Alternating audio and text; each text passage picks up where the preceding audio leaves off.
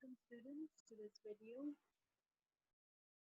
Today we're going to discuss about an important poem, Birches by Robert Lee Roche. Uh, I believe some of you may not have the textbook, so I will just read out a brief biography of Robert Lee Frost, which is taken from your the very poem itself. Now, Robert Lee Frost was an American poet whose work was initially published in England before it was published in America. All right. So he was not from England, but he's an American by birth, and he was honored frequently during his lifetime, receiving 4 Pulitzer Prizes in poetry. He also delivered a poem at the inauguration of President John F. Kennedy, who remarked about him. He has bequeathed his nation a body of imperishable verse from which Americans will forever gain joy and understanding. This is what President John F. Kennedy had stated about Robert Lee Frost. Now, for his poems, Frost developed an original, modern idiom and a sense of directness and economy. He maintains that the poem begins as a lump in the throat, a sense of wrong, a homesickness, a loneliness. It is never a thought to begin with. It is at its best when it is a tantalizing vagueness. Now he enriched his time by setting traditional meters against the natural rhythms of speech. His poems frequently employ settings from rural life in New England in the early 20th century, using them to examine complex social and philosophical themes. Now, the poem Birches that we are going to deal with is written in blank verse, okay, with a particular emphasis on the sound of sense. So we have a lot of audio images out here. In writing the poem, he was actually inspired by his childhood experience that he had spent swinging on birches, which was a popular form of play back then, many years before, where children would play in rural areas. Now, for instance, um, nowadays children do not know many of the games that used to be played before, like for instance marbles, for instance flying of kites.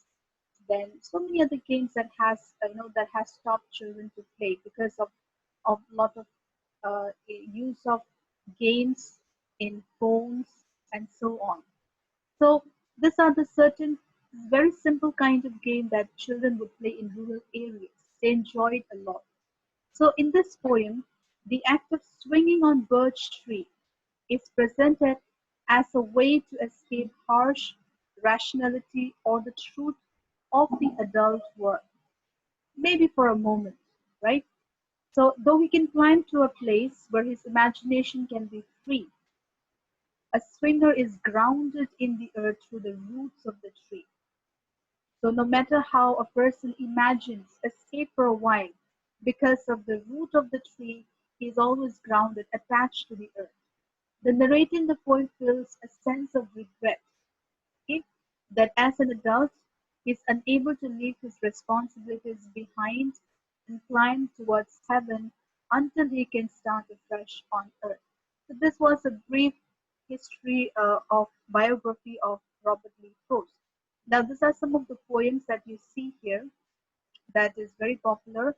And of course, there are many more. The Rod Not Taken, Birches, Stopping by Woods, and many more after apple picking. And yes, of course, as I've mentioned earlier, he had won 4 Pulitzer Prizes for poetry, which is an honorable award. And so now we go to the theme of birches. Now, uh, you must be wondering what is a birches. Now, birches is actually a tree, all right, which is grown basically in the northern hemisphere, all right. So it is a tree, and it is basically like a a shrub. Okay, so children in those areas, in those regions, they usually have uh, the interest of climbing up the birch trees to the top and then come back down, swing down actually. But this birches trees do not actually break because the roots are very strong. All right. Now, when we look into the theme of this birches, now I've given a very simple theme, which is communion with nature. Now, as you go through the poem, you may draw lots of themes from here, endless themes, in fact. Like, for instance, you can say it's an imaginative poem. You know, some of the themes, like you can say that it is an contrast between real and the imaginary world.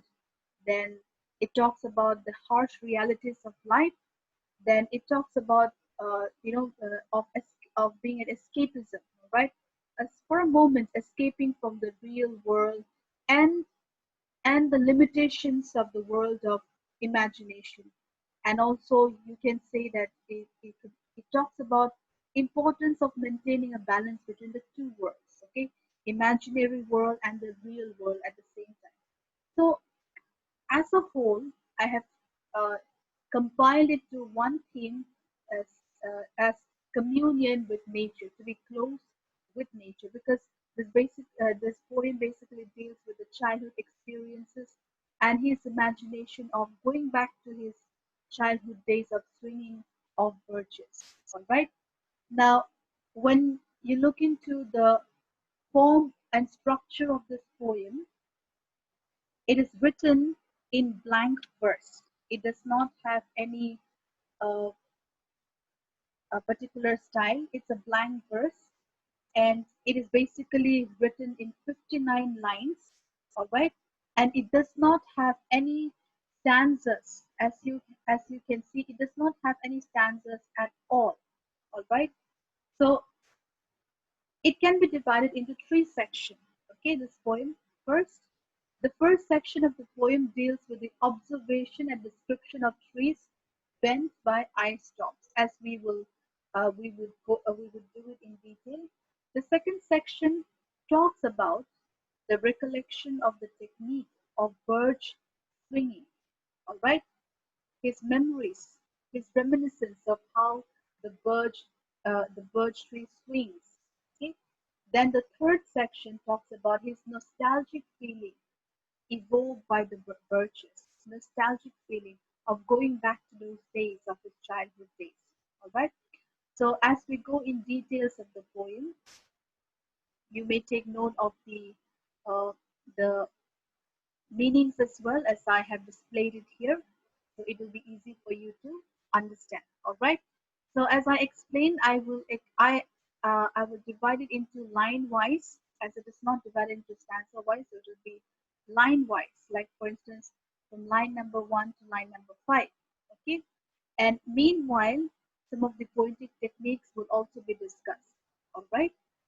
So let us first see the first stanza says, when I see birches bent to left and right, across the line of straighter, darker trees, I like to think some boys been swinging them, but swinging doesn't bend them down to stay. All right, up to this line, loaded with ice, a sunny water morning. All right, so this up to this line. Okay, now in this line, you would find a repetition. Okay, birches bent. Okay, now these are some of the repetition that has been used, repetition of words, and it represents the significance of a man imagining his childhood, you know, living in his childhood days instead of believing in reality.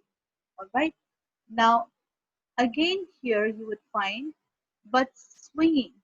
Now swinging here symbolizes wavering between reality and imagination. All right, swinging of the tree, okay, swinging of birches. He's imaginative. He's wavering between his imaginative world. At the same time, at the same time, he is reminded back of his reality. Okay, so the beginning of the poem maintains and easy conversational style. It's very simple. The opening line represents a contrast between the real reason that causes the birches to bend and the speaker's wonderful imaginative vision, where he says, I like to think some boy's been swinging them. That is, whenever I see birches bend to left and right across the line of straighter, darker trees, I like to think, my wish, I like to think, okay, that some boy's been swinging them, right? When he sees the birches bending to left and right across the lines of straighter, darker trees, okay, straighter, darker trees, he imagines that some boy is swinging them. Now, it does not mean he's not aware of the reality. He's very much aware of the reality that swinging does not bend them down, right? It is the ice storms. After the storm, the birches remain covered with ice, and this compels them to bow down so low. All right? Okay? So this is where the reality comes. Now, as I've mentioned earlier, it is a common sight. Birches trees are a common sight in northern hemisphere. All right? And the poet has observed their habits meticulously before writing about them. And this particular line achieved a perfect blending of the poet's imagination world and the real world. Now let's move ahead with the next line. That is, after a rain, up to this line, you think the inner dome of heaven had fallen. All right? I hope this will make it clear to you.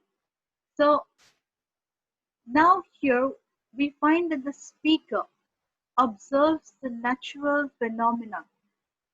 He observes it very minutely and describes it in these lines. And his description of birches is very vivid. Okay, and as we find here that these birches are covered with ice after the storm and rain, and the birches swing up and down as the breeze rises, as it is given here, as the breeze rises. All right, and the ice on them appears to be shiny. The faint rays of sun pass through ice and breaks it up into 7 colors of the rainbow. All right, as it is given here, and turn many colored as the spear cracks and traces their animal. You have the meaning out here on your right hand side. Okay, so uh, the poet is outstanding in his portrayal of this imagery. So he interweaves the natural phenomenon with the colors of rainbow. As the sun grows warmer, the ice is shaken. So this is pretty natural, right? Down and falls on earth covered with snow. The ice particles resembles a heap, a of um, heap of broken glass. All right, resembles a heap of broken glass. It seems like as if the inner dome of heaven, okay, has fallen down and covered the earth with broken piece of glass. Now, inner dome of heaven. Now, this is almost like a reference that, something which is very heavenly had fallen on earth, sort of like a blessing, right? So his vivid imagination is seen in his imagery. The ice crystal easily becomes the heap of broken glass by virtue of the poet's imaginative sensibility. All right. So he imagines that perhaps heaven has descended, its blessing on earth in the form of this heap of broken glass. All right. Okay. Now from this line, they are dragged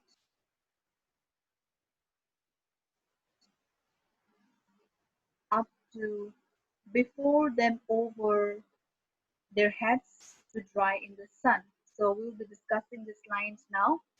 Now, in this line, we find a personification that is trailing their leaves on the ground. All right. And here you would also find a simile, the same line, trailing their leaves on the ground, like girls on hands and knees. Okay, so here the speaker observes that the birches are bent down naturally due to the load of snow. They are dragged the withered bracken because of the burden of ice. All right. What is withered bracken? Here the comment section is given. A bush pond growing widely near hillside. It has been termed withered because of its dried up appearance. All right. So they are dragged. All right. Uh, the snows are dragged to the withered bracken by the load, and they seem not to break. Okay. So bracken refers to fern found around the hillsides. Now its dried up appearance has made it look dreary and dull. Okay, it looks pretty dry and dull. Despite this, it is very strange that the birches do not seem to break, though they are not in the position to set themselves right. So what we find here is that trunks lie arched in the woods, arching in the woods. Okay, it takes the shape of an arch, as it bends down. The leaves bend so low that it touches the ground. So here we find a vivid image where the poet visualizes the leaves on the ground resembling just like just like the girls on their knees drying their hair, right? Girls on their knees spreading their hair over their heads to dry in the sun. All right. So this is the image that we find in this particular line. Now, next line. But I was going to say, when truth broke in up to the line, summer or winter, and could play alone. Okay. Now, in this particular line, you'll find personification of truth. Okay. When truth broke in, your truth has been personified with all her matter of fact about the ice storm. Okay. So here we find the reality. Okay, which dawns on the speaker and obstructs his flow of fancy, his spontaneous flow of imagination. Now, this is very much real, and it is very much into his mind that he knows the truth that that the bending of trees behind the bending of the trees, he knows the truth. But even then, the reason is not a boy swinging them, right?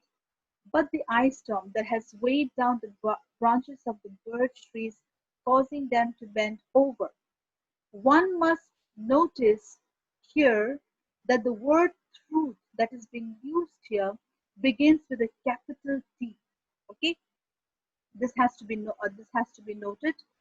It has been placed with a capital T, and this implies that the speaker is conscious of the reality. All right. However, he chooses, to imagine that this is a young boy's dream who lives too far from town to learn baseball. So he has devised a game for himself, a small game for himself to entertain himself, which could be exciting and interesting than learning baseball, right? So he plays this game all alone in the forest, in summer or winter. All right, and that is the game of swinging of birches. Now, the game of birch swinging appears to be a pleasant sport to him. All right, so he swings between reality. All right, as he imagines. The poet, in his mind swings between reality and his own imaginative vision. However, truth has hampered, he is obstructed, he is disturbed by the reality of the truth, of his fanciful power of thinking. So he chooses to dwell in his own world of imagination instead of accepting the truth about the bent virtues. So he prefers to interpret in a way that the scene from his own fanciful perspective, despite knowing his understanding to be far from the reality. All right. Now we move on to the next line.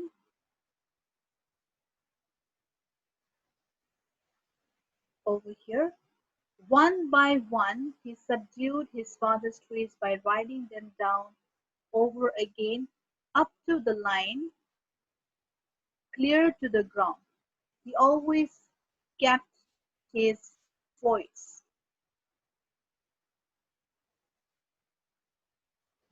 So here the speaker imagines, all right, that the boy have found his own device game, which is much more interesting, much more thrilling to him, and he imagines that these birches are objects of his father, all right, his father's objects, and he intends to conquer and sets out to accomplish the task.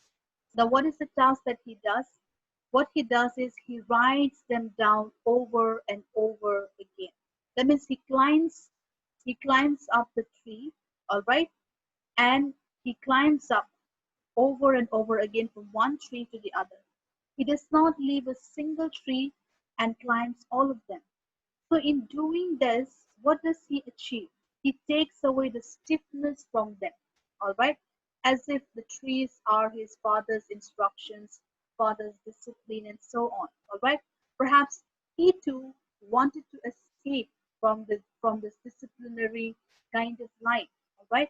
So he takes away the stiffness from them. He has learned the game in doing so, and he does it in such a way that he maintains perfect balance even when he reaches the top and comes to the ground with the same ease and movement. So this particular line conveys a sense of triumph from the poet's point of view.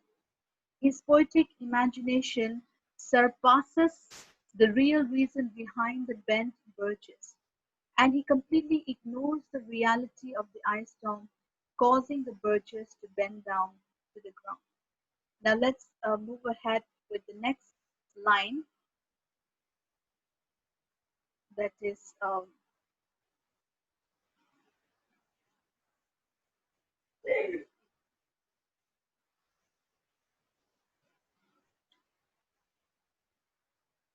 right, up to, from this line up to this line, okay?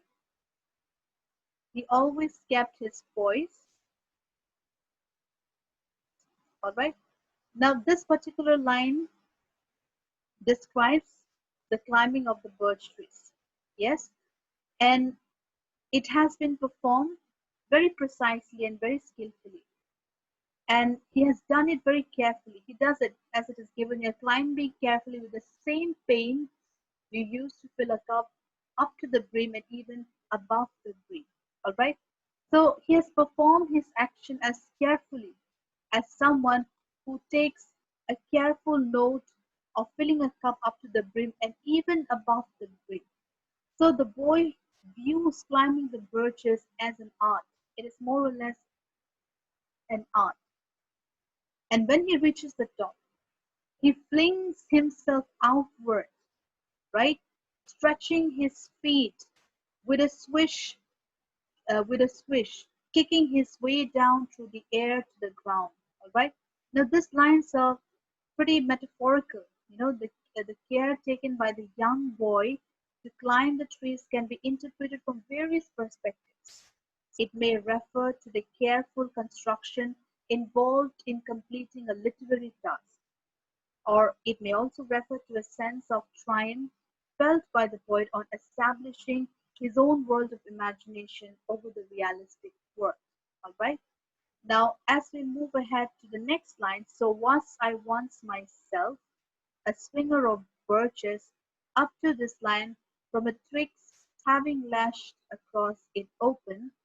In this line, swinger of birches is a repetition again, all right, and pathless wood here, over here, it is a simile, all right, and life is too much like a pathless wood is a simile, and here pathless wood is also mm, a symbolic of life's journey where one has to discover one's own track. All right. So this lines begins with a tone of reminiscence, memories of his past. He actually recalls his adolescence, his time spent during his childhood when he himself was a Birch swinger. He recollects that it was such a heavenly joy of bliss and innocence of his childhood. And he feels pretty nostalgic, when he thinks about it, and he desires to go back to those days again. So in a way, he wants to avoid those negative impulses that have actually, have obstructed, have have have been an obstacle to the free development of his soul, for which he he had been stopped from thinking freely or feeling free from his soul. So he wishes to escape, in this line, the harsh realities of life. His innocent, joyful days of childhood act as a contrast, we find here as a contrast to the pain and suffering of his present world. Okay, that is his real world. So here we find a clear distinction between the real world as it is given here. So I dream of going back to be. It's when I'm weary of consideration and life is too much like a pathless wood where your face burns and tickles with the cobwebs. Okay, so he says that life is like a pathless wood, full of confusion, and whereas the imaginary world is full of peace and harmony. It seemed to be very serene and calm world, devoid of any negativity, pessimism. So he says when life becomes troublesome, right? The speaker says that when life becomes troublesome, when face burns and tickles with the labyrinth of problems and difficulties, when he is weary of consideration, when one eye is whipping, he would like to escape the drudgeries of life for some time. At present, when his life is so troublesome, he says he would like to escape for some time. So it is a sharp contrast between the real and imaginary world again, which makes us realize what is important. What is important is to escape for a moment from this everyday hustle and bustle, busy life. All right. The pathless wood that is mentioned here and the cobwebs is a symbol of confusion and bafflement that man suffers from in the real world. Right. And the next line, I'd like to get away from Earth a while. Up to this line, I don't know where it's like to go better. All right. So this line, half grant what I wish and snatch me away, is also a personification here. So in this particular line, the speaker makes it clear that the escapist mood is pretty much dominant because of the troublesome life. But he wants to get away from Earth for a while. He does not want to permanently escape the world. That's why he says Earth's the right place for love. Now, his momentary escape would be enjoyed by him more since he knows he would return to Earth. He expresses his love and attachment uh, for the real world, though it inhabits complexities of all kinds. He wishes to remain a swinger because he believes that his childhood activity would make him forget all the worries of life, at least for some time, right? But in but on the other hand, he wants to come back again. He wants to come back to the reality as he feels that Earth is the right place. There is no better place than Earth itself. So the poet makes it clear to us that he cannot run away from the obligations of life, and he does not want to either. But the imaginary world appears more appealing because of the existence of the real world, because of the harsh realities of the real world. So In a way, you would find him to be a little bit more, in his own philosophy, more familiar with Keats's poem, John Keats's poem, where he had written Ode to a Nightingale. Even in this poem, where Keats had written, the poet endorses a similar idea of being an escapist. In that poem too, he wants to escape into the world of imagination, but is perfectly conscious of the painful reality. Now, Frost here, the poet here, is clearly aware of the reality, right? It's not that he denies what is in real, all right? But he knows he would have to face actual life eventually, all right? And he knows that there is no escape from it. However, in the last line of this poem, I'd like to go by climbing a birch tree and climb back and climb, sorry, and climb black branches of a snow white trunk, right? Up to the last line, one could do worse than be a stringer of birches. Okay? So here itself, in this line, that would be good both going and come back, okay, is also a symbolic of the speaker's yearning to be the lucky boy as he used to be, and at the same time yearning to be a mature adult. Okay, so in this concluding lines, he says, however, he would like to go back to climb to those birch trees and wish that those branches carry him towards heaven in his own imagination, as he would want to enjoy some moment of bliss. Still, the tree is unable to bear his weight anymore and sets him down again to reality. All right? He wants to experience the thrill and adventure of rising up, as well as the satisfaction of coming back to earth. The word heaven here itself has multiple connotations. Okay, it can mean a world full of fanciful imagination, a world free from the negative feelings, and it can also mean an escape from the painful reality or lofty ideals and aspirations. All right. So the last line, one could do worse than be a stringer of birches, means one could certainly do worse by not trying to make an attempt. If it wants so, if a person wants so, one could certainly do worse by not attempting of being a stringer of birches. One could do worse than have ideals and hopes. The poet does not want that, however, because he's asking to have higher aspirations and ideals, but they should be grounded in reality. There should be a fine balance between his work on earth and his spiritual aspirations. And in this way, he perfectly blends the realism and the idealism. So, as I have explained earlier, that this poem, in the beginning, the first section of the beginning, uh, observes and describes the trees bent by ice storms. The second section talks about, recollecting some of the techniques. But in the end, his nostalgic feeling is evoked, of course, but then he comes back to reality, all right? And so he wants to maintain a balance, okay?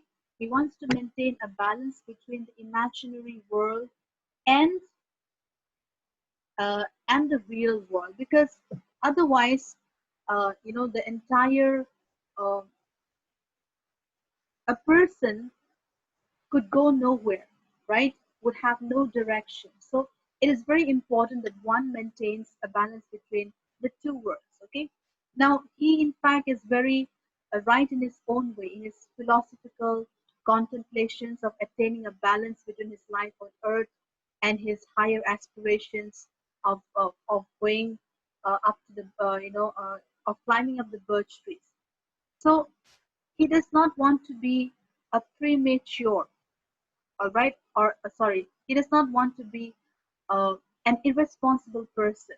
Okay, so that is why he wants to escape for a while, but then when he comes back to reality, he wants to be much more responsible, much more matured and enable that which would enable him to be a better person, to be able to overcome all kinds of problems that he faces and be able to handle them in a very matured way. All right.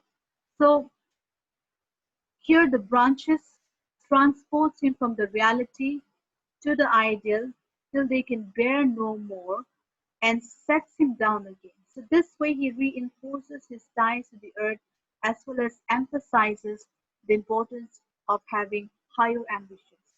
So being an escapist is not bad, but at the same time one has to understand that one cannot deny what it is in reality, and so one has to go through with it and conquer the problems that one has to face. And that's when a person becomes more uh, discernible, or let's say a person becomes more matured in his way of thinking, and this imagination actually helps a person to reflect back and think back and to think further in a much better way. So I hope you have understood this explanation in a very simple and short uh, presentation. So thank you for watching the video.